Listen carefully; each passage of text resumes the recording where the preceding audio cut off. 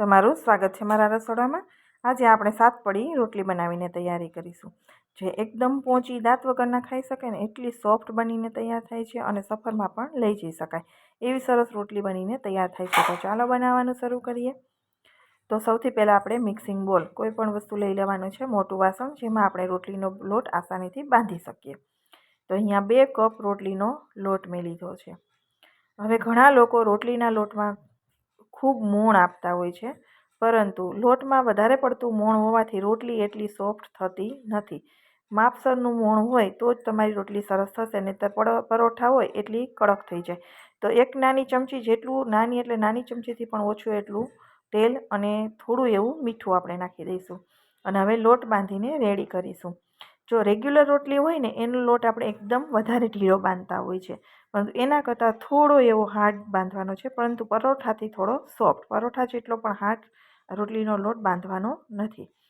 તો બહુ વધારે પડતો હાર્ડ નહીં બાંધીએ, થોડો સોફ્ટ એવો બાંધીને તૈયાર કરીશું। તો અહીંયા લોટ કેવો રાખવો એ હું બતાવી દઉં છું તમને, કે લોટ છે એમ અત્યારે આપણો વધારે પડતો સોફ્ટ પણ નથી અને હાર્ડ પણ નથી, એવો બંધાઈને તૈયાર થઈ ગયો છે। અને સાથે આપણે થોડું એવું તેલ નાખી દઈશું, અડધી ચમચી જેવું, અને ફરી હલકા હાથે થોડું મસળી અને આપણે 10 થી 12 મિનિટ માટે રેસ્ટ ઉપર રાખી દઈશું। ત્યાં સુધીમાં આપણો લોટ છે ને એકદમ સરસ રીતે સેટ થઈ જશે। તો જ્યારે પણ આપણે રસોઈ કરવાના હોય પહેલાં રોટલીનો લોટ બાંધી અને મૂકી દેવાનો, જેથી એ લોટ છે ને આપણે શાક સંભારા કરી લઈએ ત્યાં સુધીમાં સેટ થઈ જાય। તો અહીંયા સરસ એવો રોટલીનો સેટ થઈ ગયો છે અને તમે જુઓ વધારે પડતો સોફ્ટ પણ નથી અને પરોઠા જેટલો હાર્ડ પણ નથી, એવું આપણે તૈયાર કરીશું। અને 7 પડી રોટલી બનાવી છે એટલે આપણે 7 નાના નાના લુવા બનાવીને તૈયાર કરી દઈશું। તો આ રીતે 7 લુવા મેં નાના નાના બનાવીને રેડી કરી લીધા છે। હવે આપણે એને વણશું તો એકદમ સરસ એવી રોટલી બનશે। અને આ રોટલી છે એ અમે પણ સફરમાં જઈએ ત્યારે સાથે લઈ જઈએ છીએ। કોઈ થેપલા ના ભાવતા હોય અથવા તો તળેલું વધારે એસિડિટી ને એવું થતું હોય તો તમે આ રીતે રોટલીને લઈ જઈ શકો છો। અને બાળકો માટે હું પણ લઈ જાઉં છું, સાંજથી સવારથી સાંજ સુધી જવું હોય તો હું પણ આ રોટલીઓ સાથે બનાવીને લઈ જાઉં છું, જે નાના બાળકો પણ ખાઈ શકે છે, સુકાતી નથી। હવે આ રીતે રોટલી છે એ વણી અને નાની નાની બધી આપણે તૈયાર કરી દેવાની છે, બહુ મોટી નહીં, નાની નાની નાની રોટલીઓ વણી અને તૈયાર કરી લેવાની। પછી રોટલીની સરફેસ ઉપર આખી રોટલીમાં આપણે તેલ લગાડી દેવાનું, બિલકુલ કોરી ના રહેવી જોઈએ।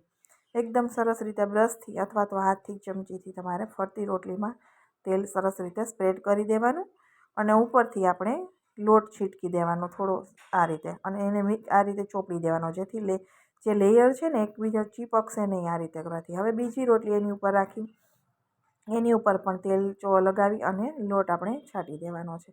તો બધા જ લેયર આ રીતે બનાવીને તૈયાર કરવાના છે।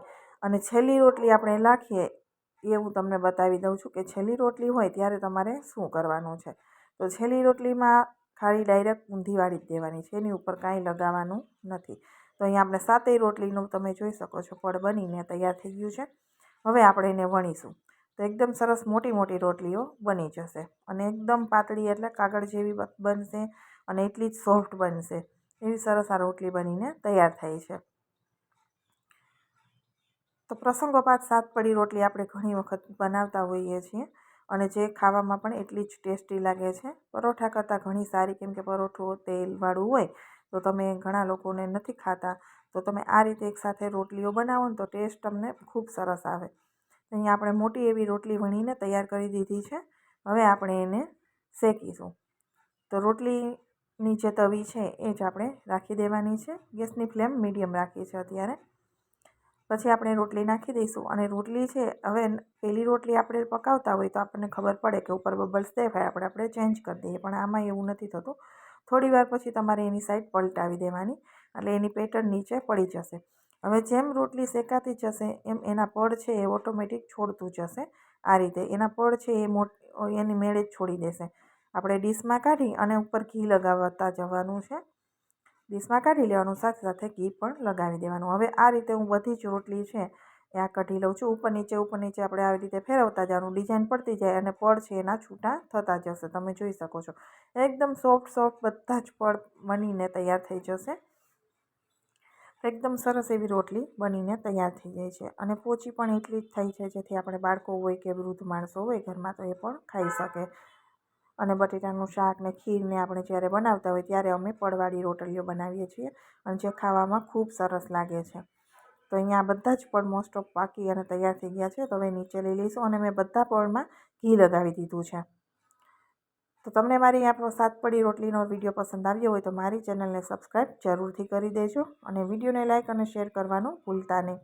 તો તમે જોઈ શકો છો એકદમ સોફ્ટ આપણી રોટલી બનીને તૈયાર થઈ ગઈ છે. હું હાથમાં પણ તમને મસળીને બતાવીશ કે તૂટશે પણ નહીં અને એકદમ કાગળ જેવી એટલી સોફ્ટ બનીને તૈયાર થાય છે.